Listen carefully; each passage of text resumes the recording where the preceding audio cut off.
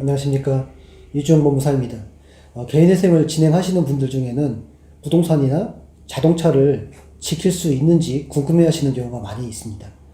개인회생은 부채를 탕감받는 것이 중요한데요. 이 탕감률은 정해져 있는 것이 아닙니다.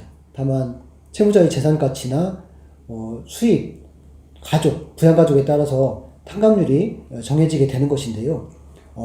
개인회생 하다 보면 탕감이 되지 않는 재산도 있습니다. 이를 별채권이라고 합니다. 이번 시간에는 개인회생을 진행할 때 살고 있는 아파트를 지킬 수 있는지, 또 별채권이란 무엇이고 별채권이 있는 경우에 원금 조정이 어려운 이유에 대해서 알아보겠습니다.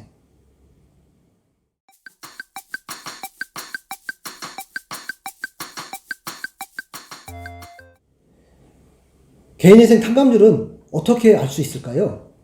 개인회생은 채무자의 상황에 맞게 채무율을 조정하게 되고, 짧게는 3년, 길게는 5년에 분할 납부를 하고 이를 다 수행하면 나머지 면책을 받게 되는 제도입니다.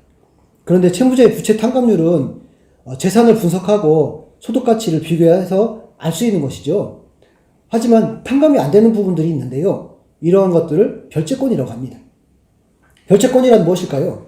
별채권은 채무자의 재산에 존재하는 유치권, 질권, 저당권에 따른 담보권, 또 전세권을 보통 별채권이라고 합니다. 실무상 부동산이 있는 경우에는 담보대출을 받거나 또 자동차를 담보로 할부 구입을 하는 경우에 부동산이나 자동차에 설정되어 있는 저당이나 근저당권을 보통 별채권이라고 하는 것이죠.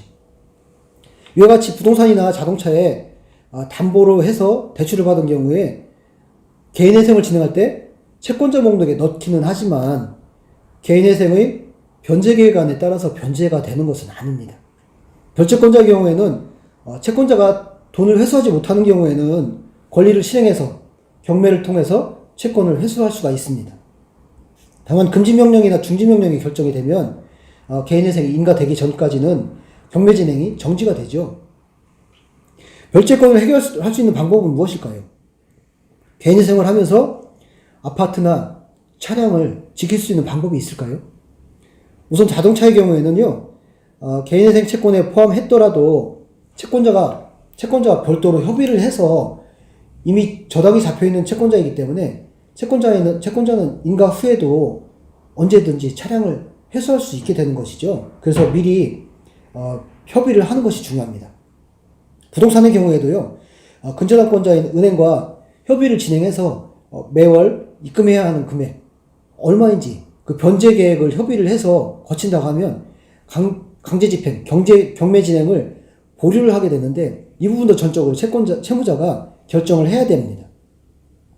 개인회생에서 별채권은 원금 조정이 어려운데요. 그 이유는 개인회생 채권자는 채권자 목록 변제 계획안과 상관없이 권리를 실행할 수가 있기 때문입니다. 별채권을 해결할 수 있는 유일한 방법은 채권자와 협의를 거쳐야 하는 부분들인데, 이 부분도 미리 전문가와 상담을 통해서 해결을 하시는 것이 중요합니다. 개인회생에서 부채 탕감률은 재산가치, 소득, 또 부양가족 수에 따라서 변제율이 정해지게 되고, 이에 따른 탕감 비율이 정해지게 됩니다. 별채권은 원칙적으로 탕감이 되지 않는 것이 원칙이라는 점을 유의해 두시고 개인회생을 진행하셔야 될 것입니다.